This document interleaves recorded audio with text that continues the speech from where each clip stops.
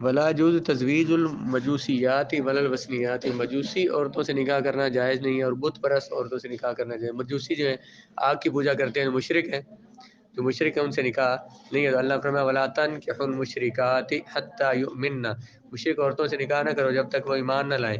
تو جو مشرک ہیں ان سے نکاح نہیں ہوتا۔ بت پرست جو بتوں کی عبادت کرتے ہیں وہ بھی مشرک ہیں، ان سے بھی نکاح جائز نہیں ہے۔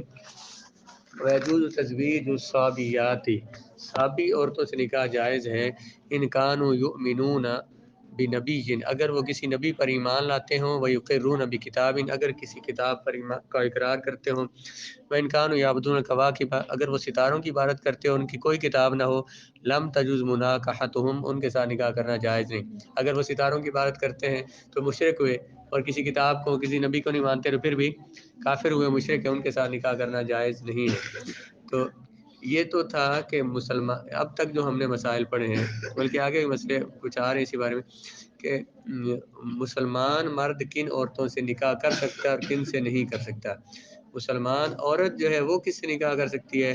وہ صرف مسلمان مرد سے نکاح کر سکتی ہے۔ مسلمان عورت کا کسی غیر مسلم سے نکاح جائز نہیں ہے، چاہے وہ یہودی ہے، عیسائی ہے، کوئی اور مذہب کا ہے، اس سے نکاح جائز ہے۔ اس کی وجہ یہ ہے اللہ نے فرمایا ولا تنکحوا المشرکین حتی یؤمنوا، مشرک مردوں سے نکاح نہ کرو یہاں تک کہ وہ ایمان لے آئے۔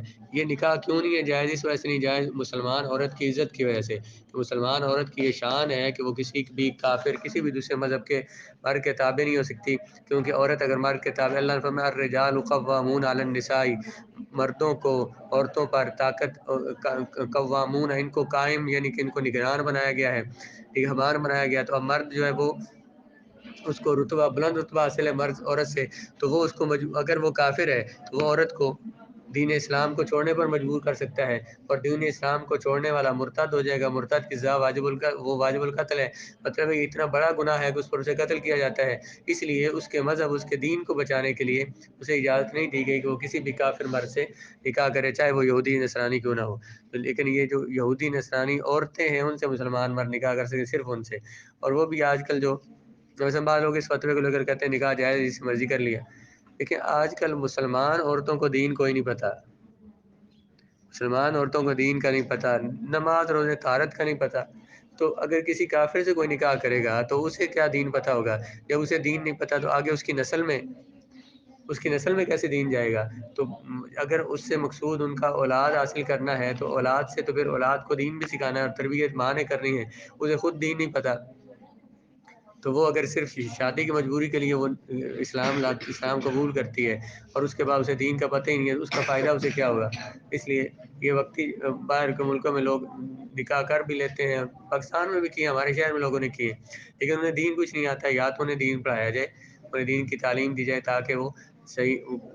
کچھ عورتیں ہیں جو ہوں گی جو مسلمان بنی، جنہوں نے اس پہ پھر دین کو پڑھا بھی صحیح، اس پہ عمل بھی کیا، تو ورنہ تو اس طرح سے ہے ہی نہیں ہے، پھر وہ ان سے وہ مقاصد حاصل نہیں ہوتے جو نکاح کے ہوتے ہیں۔